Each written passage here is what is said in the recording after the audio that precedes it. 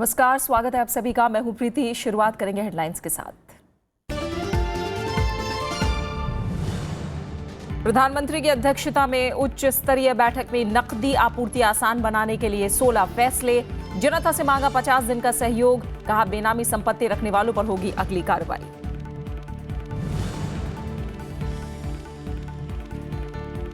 बढ़े पैसा निकालने और बदलने की सीमा। प्रतिदिन 2500 की होगी निकासी। बदले जाएंगे 4500 रुपए। हफ्ते में पैसा निकालने की सीमा 20,000 से बढ़ाकर 24,000 रुपए।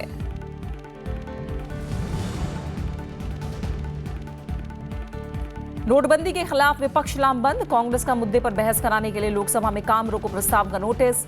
ममता बनर्जी ने राष्ट्रपति को कराया हालात से अवगत।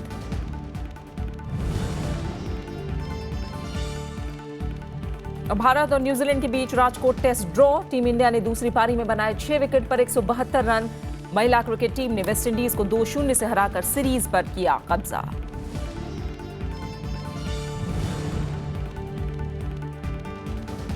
पहले प्रधानमंत्री जवाहरलाल नेहरू की जयंती आज। शांतिवन में विशेष प्रार्थना सभा का आयोजन। गुरु नानक देव के प्रकाश उत्सव पर देश भर में जश्न। नोटबंदी पर प्रधानमंत्री की अध्यक्षता में हुई उच्च स्तरीय बैठक में नकदी आपूर्ति आसान बनाने के लिए 16 फैसले लिए गए हैं। बैंक और एटीएम से पैसा निकालने और बदलने की सीमा बढ़ा दी गई है। साथ ही अब जरूरी जगहों पर 24 नवंबर तक पुराने नोट इस्तेमाल किए जा सकेंगे। नोटबंदी मामले पर प्रधानमंत्री नरेंद्र मोदी ने रविवार रात उच्च स्तरीय बैठक की।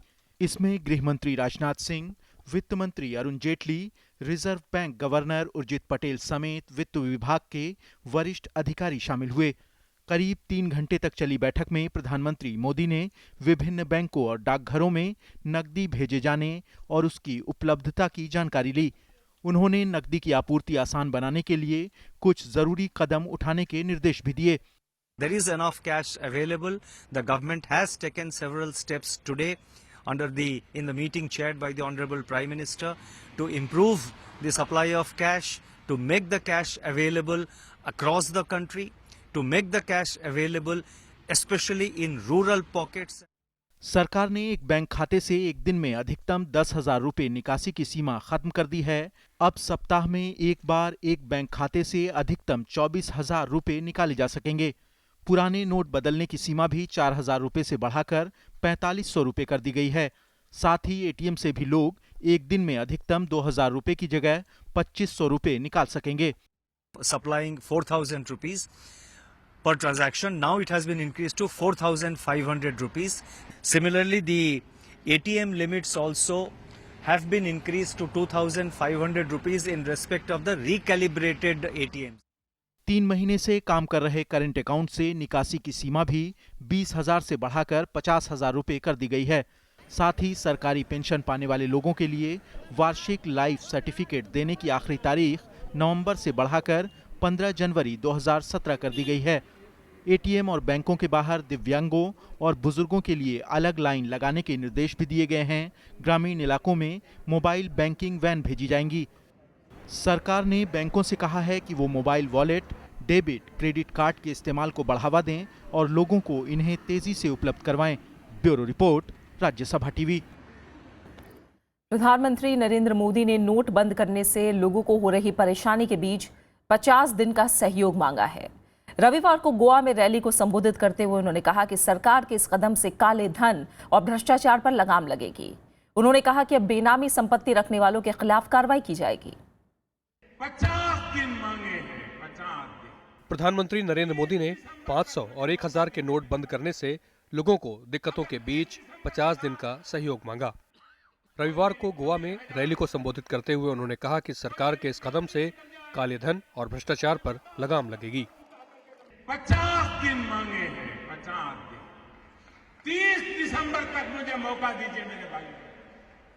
अगर 30 दिसंबर के बाद कोई मेरी कमी रह जाए, कोई मेरी गलती निकल जाए, कोई मेरा गलत इरादा निकल जाए, आप जिस चौराहे में मुझे खड़ा करेंगे, मैं खड़ा होकर के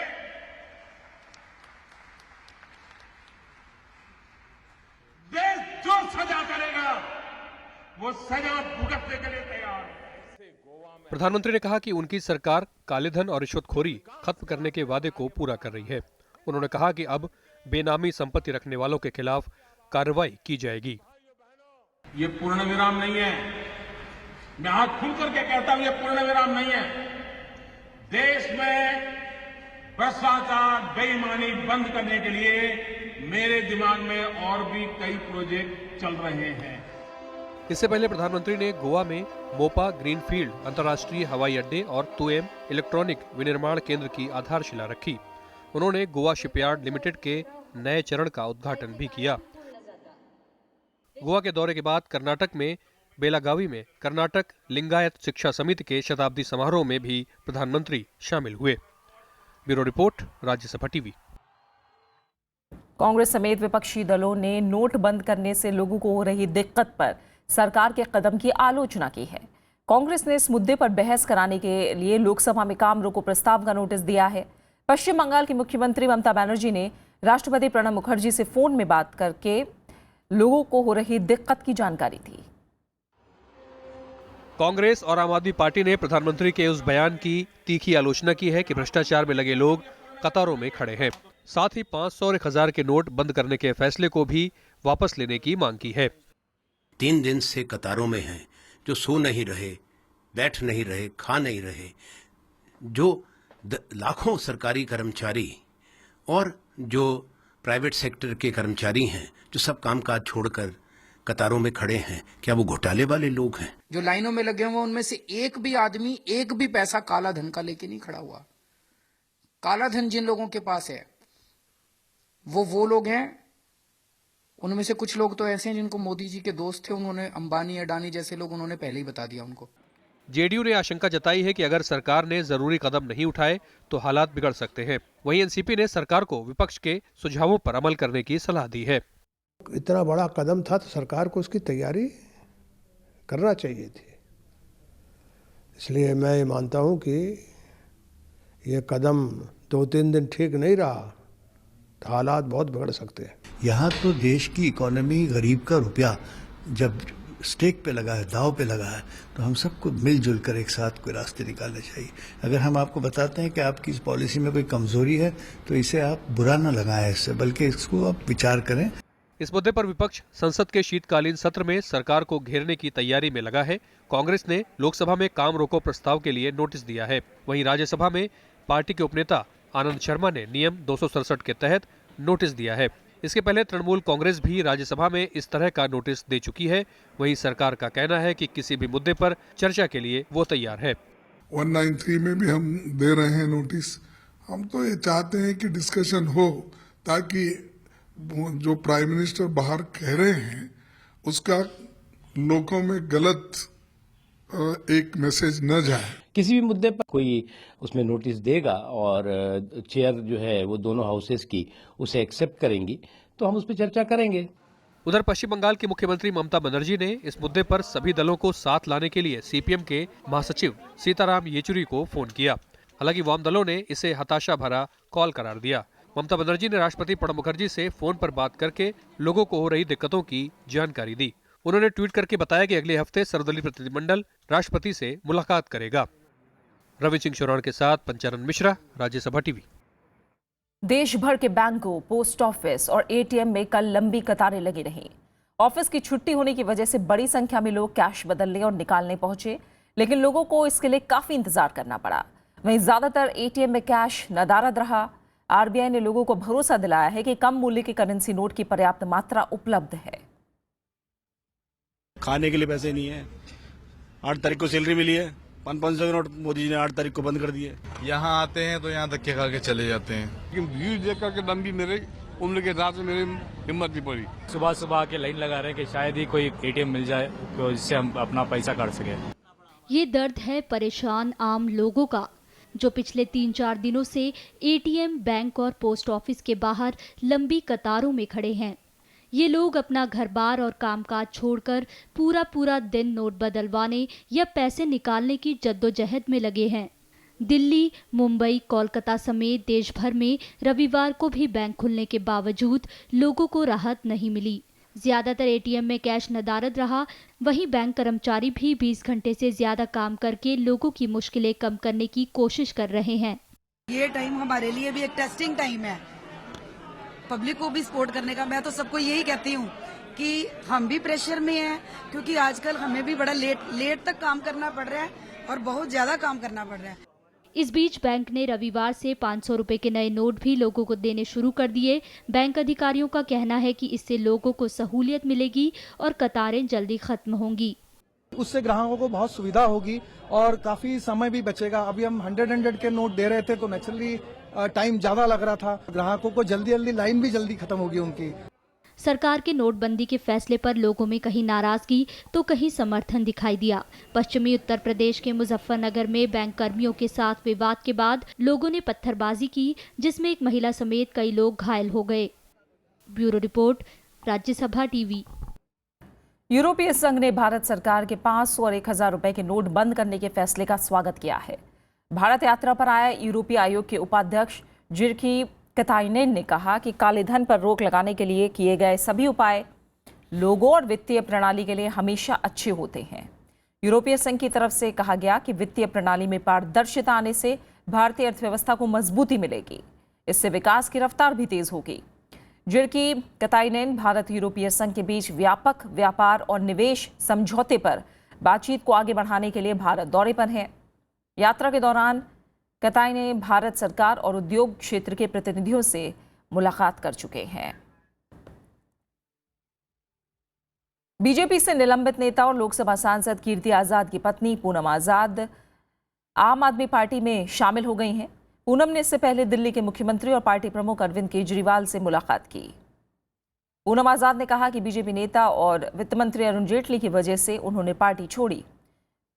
उनके पति कीर्ति आजाद बिहार के दरभंगा से सांसद हैं, लेकिन पार्टी विरोधी गतिविधियों के आरोप में फिलहाल निलंबित हैं। कुछ दिनों पहले पूर्व क्रिकेटर और राज्यसभा सांसद रहे नवजोत सिंह सिद्धू और उनकी पत्नी ने भी बीजेपी का साथ छोड़ दिया था। पूनम ने आम आदमी पार्टी को देश के युवाओं की उम्मीद करार दिया।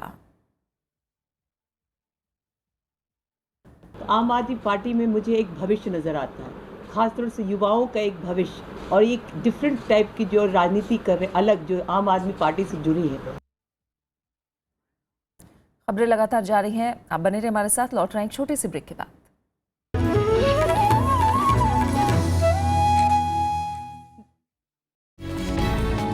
नमस्कार, स्वागत है आपका सरोकार में। मैं हूं अमृता राय। जो काला धन है वो धन नहीं है, काला धंधा है। नोट का रंग एक ही होता है, धनों का रंग काला और सफेद हो जाता है। एक धन जिसने नेशनल इनकम को रिपोर्ट किया है और दूसरा धन जिसने नेशनल इनकम को रिपोर्ट नहीं किया और कंसील किया गया है। इस देश के 1% जनता के पास 99% ब्लैक मनी या काला धन की संपत्ति है। ये पीपल्स मूवमेंट है, इसको एक ऑनेस्टी मूवमेंट की तरह से लिया जाए। तो हम उम्मीद काले धंधे पे कुछ करें। काले धंधे पर भी लगाम कसने की सरकार उसी तरह से प्रयास करेगी जैसे कि आज काले धन के लिए कर रही है, और उम्मीद है कि इससे आम लोगों को कोई परेशानी नहीं होगी। देखिए सरोकार सिर्फ राज्यसभा टीवी पर।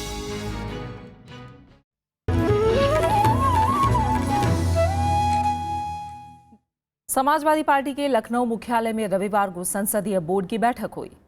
इसमें किरण मेनंदा, शिवपाल सिंह यादव, मुलायम सिंह यादव, अखिलेश यादव समेत कई नेताओं ने शिरकत की। बैठक में राज्यसभा में दल के नेता का नाम और गठबंधन जैसे मुद्दों पर कोई फैसला नहीं हो पाया। पार्टी सूत्रों के मुताबिक मुलायम सिंह यादव बेनी प्रसाद वर्मा को राज्यसभा में दल का नेता बनाना चाहते हैं, वहीं अखिलेश यादव नरेश अग्रवाल के पक्ष में हैं। आखिर में इस बारे में फैसला लेने के लिए मुलायम सिंह यादव को अधिकृत कर दिया गया।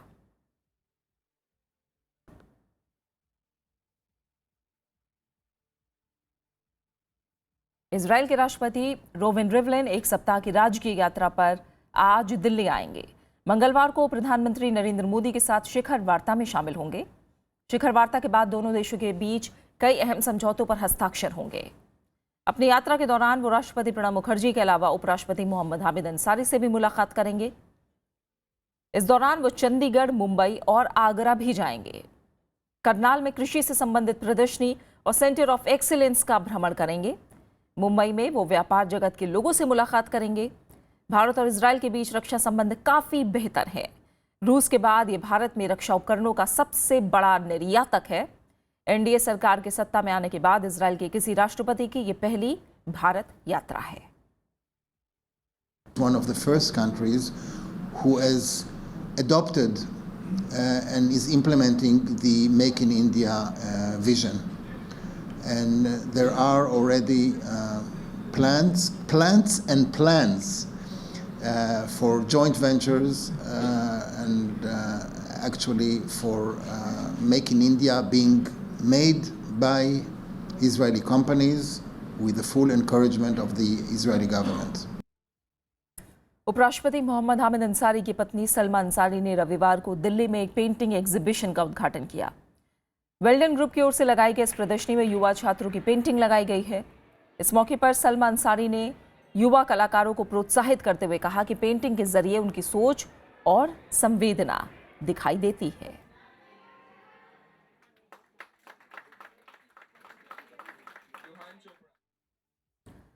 न्यूजीलैंड में आए शक्तिशाली भूकंप में 2 लोगों की मौत हुई है, जबकि कई लोग जख्मी हुए हैं। भूकंप की तीव्रता 7.8 मापी गई है। भूकंप इतना तेज था कि कई मुख्य सड़कों में मोटी मोटी दरारें पड़ गईं। भूकंप के कई घंटे बाद भी शक्तिशाली झटके महसूस किए गए। बिजली और संचार सेवाएं ठप हो गई हैं। सबसे ज्यादा नुकसान चेविट शहर में हुआ है। वहीं सुनामी की चेतावनी के बाद समुद्र के किनारे रहने वाले लोगों को हटाया जा रहा है। इससे पहले क्राइस्टचर्च में 2011 में 185 लोगों की मौत हो गई थी।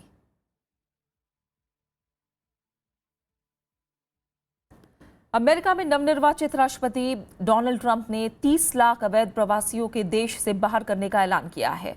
उन्होंने बिना दस्तावेज के रह रहे लोगों पर कड़ी कार्रवाई की बात कही है। इसके अलावा ट्रंप ने मेक्सिको सीमा पर दीवार खड़ी करने की भी बात दोहराई है। राष्ट्रपति पद की शपथ लेने से पहले डोनाल्ड ट्रंप ने अवैध प्रवासियों को लेकर अपने इरादे साफ कर दिए हैं। एक टीवी चैनल को दिए इंटरव्यू में ट्रंप ने कहा कि सत्ता संभालने के बाद 30 लाख प्रवासियों को अमेरिका से बाहर किया जाएगा। उन्होंने अपराधियों और नशे के सौदागरों पर कड़ी कार्रवाई की बात कही। What we are going to do is get the people that are criminal and have criminal records, gang members, drug dealers. We have a lot of these people, probably 2 million, it could even be 3 million. We're getting them out of our country or we're going to incarcerate. But we're getting them out of our country, they're here illegally. चुनाव के दौरान किए गए दूसरे वादों को लेकर भी ट्रंप ने रुख साफ किया। उन्होंने कहा कि बाकी वादे भी जल्दी पूरे किए जाएंगे। इंटरव्यू के दौरान ट्रंप ने मैक्सिको की सीमा के पास दीवार खड़ी करने की बात भी दोहराई। For certain areas I would, but certain areas the wall is more appropriate. I'm very good at this. It's called construction. But so part wall, part fence? Yeah, there could be some fencing. चुनाव से पहले प्रचार के दौरान Donald Trump ने अवैध प्रवासियों के खिलाफ कड़ी कार्रवाई करने की बात कही थी। उन्होंने ऐसे लोगों को देश से बाहर निकालने का भी ऐलान किया था। अमेरिका में करीब 1 करोड़ 10 लाख प्रवासी नागरिक ही ऐसे हैं जिनके पास दस्तावेज मौजूद हैं। इनमें लाखों की तादाद में भारतीय मूल के अमेरिकी नागरिक भी शामिल हैं। Bureau report, Rajya Sabha TV. बात क्रिकेट की। भारत और इंग्लैंड के बीच राजकोट में खेला गया पहला टेस्ट ड्रॉ हो गया है। मैच के 5वें और अंतिम दिन इंग्लैंड ने 3 विकेट पर 260 रन पर अपनी पारी घोषित की और भारत को जीत के लिए 310 रन बनाने का लक्ष्य रखा। लक्ष्य का पीछा करने उतरी टीम इंडिया 6 विकेट पर 172 रन ही बना सकी। राजकोट में पहले टेस्ट मैच के 5वें और आखिरी दिन जीत के लिए 310 रन के लक्ष्य का पीछा करने उतरी टीम इंडिया की शुरुआत खराब रही। भारत ने 71 रन पर ही 4 विकेट गंवा दिए। इसके बाद आर अश्विन भी 32 रन और रिद्धिमान साहा 9 रन बनाकर आउट हुए। इसके बाद रविंद्र जडेजा और विराट कोहली के बीच 40 रन की साझेदारी के चलते भारत मैच ड्रॉ कराने में कामयाब रहा। भारत ने अपनी दूसरी पारी में 6 विकेट के नुकसान पर 172 रन बनाए। The last session, the last hour, the ball did quite a bit for the spinners, and that stayed consistent on day 3, day 4, and day 5. इससे पहले इंग्लैंड ने दूसरी पारी 3 विकेट के नुकसान पर 260 रन बनाकर घोषित कर दी थी। इंग्लैंड के कप्तान एलिस्टर कुक ने 130 रनों की शानदार पारी खेली। इंग्लैंड ने पहली पारी में जॉय रूट के 124, मोइन अली के 117 रन और बेन स्टोक्स के 128 रन की मदद से 537 रनों का विशाल स्कोर खड़ा किया था। वहीं भारत ने पहली पारी में मुरली विजय के 126 रन और चेतेश्वर पुजारा के 124 रन की मदद से 488 रन बनाए। 5 मैचों की टेस्ट सीरीज का दूसरा मैच विशाखापट्टनम में 17 नवंबर को खेला जाएगा। Bureau report, Rajya Sabha TV. रविवार को भारतीय महिला क्रिकेट टीम ने आंध्र प्रदेश के मुलापाड़ू में 3 मैचों की श्रृंखला के दूसरे एक दिवसीय अंतर्राष्ट्रीय क्रिकेट मैच में वेस्टइंडीज को 5 विकेट से हराकर 2-0 की अजेय बढ़त बना ली है। वेस्टइंडीज ने पहले बल्लेबाजी करते हुए 7 विकेट पर 153 रन बनाए। भारत ने 5 विकेट पर 154 रन बनाकर जीत दर्ज की। भारत की तरफ से ओपनर स्मृति मंदना ने 44 रन और कप्तान मिथाली राज ने 45 रन की पारी खेलकर भारतीय टीम को आसान जीत दिलाने में अपनी भूमिका निभाई। इसी के साथ भारतीय टीम ने 3 मैचों की वनडे सीरीज अपने नाम कर ली।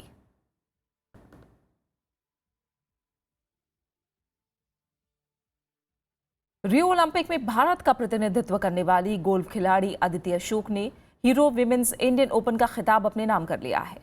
DLF golf and country club में खेले गए इस टूर्नामेंट के तीसरे और अंतिम दिन रविवार को फाइनल मुकाबले में अदिति ने 72 का स्कोर किया। अदिति ने 3 दौर में कुल 213 के स्कोर के साथ खिताब पर कब्जा जमाया।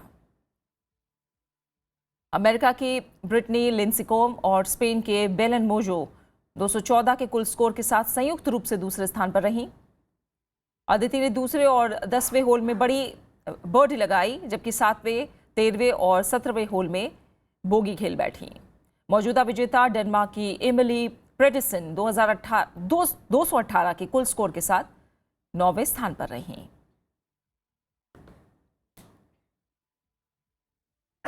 देश आज पहले प्रधानमंत्री और आधुनिक भारत के निर्माता पंडित जवाहरलाल नेहरू की जयंती पर उन्हें याद कर रहा है। इस मौके पर शांतिवन में विशेष प्रार्थना सभा का आयोजन किया गया है। आधुनिक भारत के निर्माता पंडित जवाहरलाल नेहरू ने आजादी के आंदोलन में महत्वपूर्ण भूमिका निभाई। At the stroke of the midnight hour, when the world sleeps, India will awake to life and freedom. दुनिया में भारत को जिन मूल्यों और आदर्शों के लिए जाना जाता है, उसे ये ऊंचाई देने का श्रेय काफी हद तक पंडित जवाहरलाल नेहरू को दिया जाता है। पंडित नेहरू का जन्म आज ही के दिन 1989 को इलाहाबाद में हुआ था। लंदन के इनर टेम्पल से वकालत की पढ़ाई पूरी करने के बाद वो 1912 में बैरिस्टर बने और उसी साल स्वदेश लौटकर इलाहाबाद में वकालत शुरू की। हालांकि उन्होंने जल्द ही राजनीति का रुख किया। 1912 में बिहार के बांकीपुरा में आयोजित भारतीय राष्ट्रीय कांग्रेस के अधिवेशन में प्रतिनिधि के तौर पर शामिल हुए। नेहरू इसी साल 1916 के लखनऊ अधिवेशन में पहली बार राष्ट्रपिता महात्मा गांधी के संपर्क में आए। जलियांवाला बाग हत्याकांड की जांच में देशबंधु चित्तरंजन दास और महात्मा गांधी के सहयोगी रहे। 1921 के असहयोग आंदोलन में वो गांधी के काफी नजदीक आए। कांग्रेस के साथ नेहरू का राजनीतिक प्रशिक्षण 1919 से 1929 तक चला। 1923 और फिर 1927 में वो 2-2 साल के लिए पार्टी के महासचिव रहे। 1929 में कांग्रेस के ऐतिहासिक लाहौर अधिवेशन में नेहरू को अध्यक्ष चुना गया। इस अधिवेशन में भारत के राजनीतिक लक्ष्य के रूप में पूर्ण स्वराज की घोषणा की गई। स्वतंत्रता आंदोलन में अहम भूमिका निभाने वाले दूरदर्शी पंडित जवाहरलाल नेहरू आजादी के बाद देश के पहले प्रधानमंत्री बने। प्रधानमंत्री रहते हुए 27 मई 1964 को पंडित नेहरू का निधन हुआ। Bureau report, Rajya Sabha TV. सिखों के पहले गुरु नानक देव की जयंती देश भर में आज धूमधाम से मनाई जा रही है। गुरु नानक देव का जन्मदिन कार्तिक पूर्णिमा के दिन मनाया जाता है।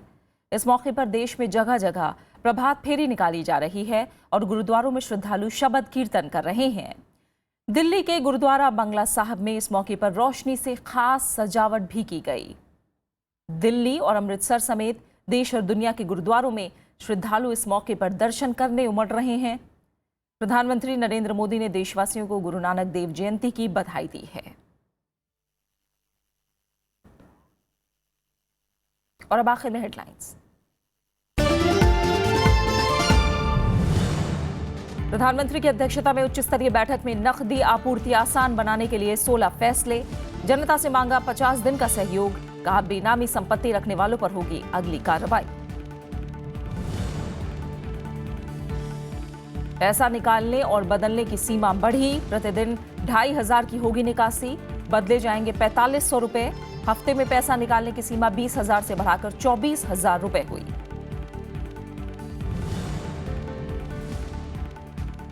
नोटबंदी के खिलाफ विपक्ष लामबंद, कांग्रेस का मुद्दे पर बहस कराने के लिए लोकसभा में काम रोको प्रस्ताव का नोटिस। ममता बनर्जी ने राष्ट्रपति को कराया हालात से अवगत।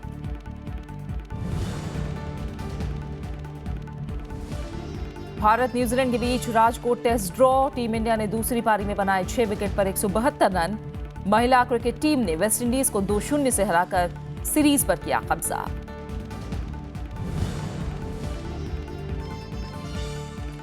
और पहले प्रधानमंत्री जवाहरलाल नेहरू की जयंती आज, शांतिवन में विशेष प्रार्थना सभा का आयोजन। गुरु नानक देव के प्रकाश उत्सव पर देश भर में जश्न। और फिलहाल इस बुलेटिन में इतना ही, आगे देखिए मीडिया मंथन।